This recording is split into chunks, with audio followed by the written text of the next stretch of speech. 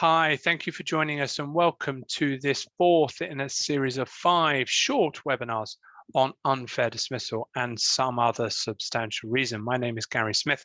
I'm one of the employment partners at Nockolds Solicitors. And in this session, we're going to look at retirement. So previously, until 2006, an employee over the age of retirement could not actually bring a claim for unfair dismissal. And since 2011, retirement has no longer been a potentially fair reason for dismissal, or not in as a standalone potentially fair reason for dismissal in its own right. Instead, we've had to look at this somewhat murkier area of some other substantial reason. So the current situation is that any default retirement age that you look to apply is prima facie age discrimination.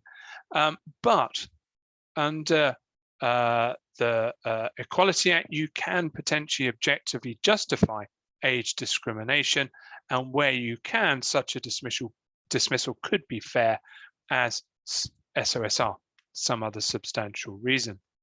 So the key here is then the objective justification for having a default retirement age. And it must be a proportionate means of achieving a legitimate aim. Well, what does that mean? Well, the employer must show the reason why they say they need a retirement age. And a couple of examples there of where tribunals have upheld the reason why, the legitimate aim.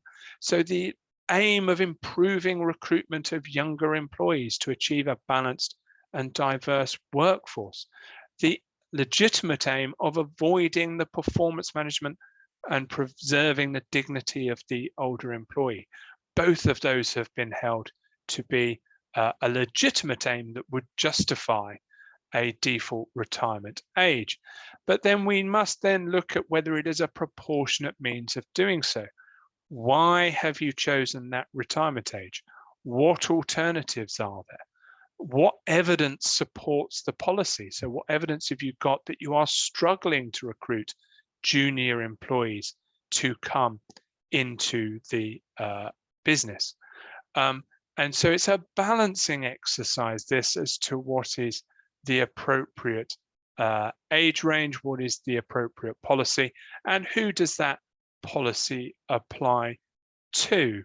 But if you can get all of that right, then you can look at having a retirement age that can be applied, and any dismissal would then fall within SOSR. I hope you found that of interest. In the final session of this 5, we are going to look at the overall processes that you will need to follow to fairly dismiss for some other substantial reason. And I hope you join us for that. Thank you.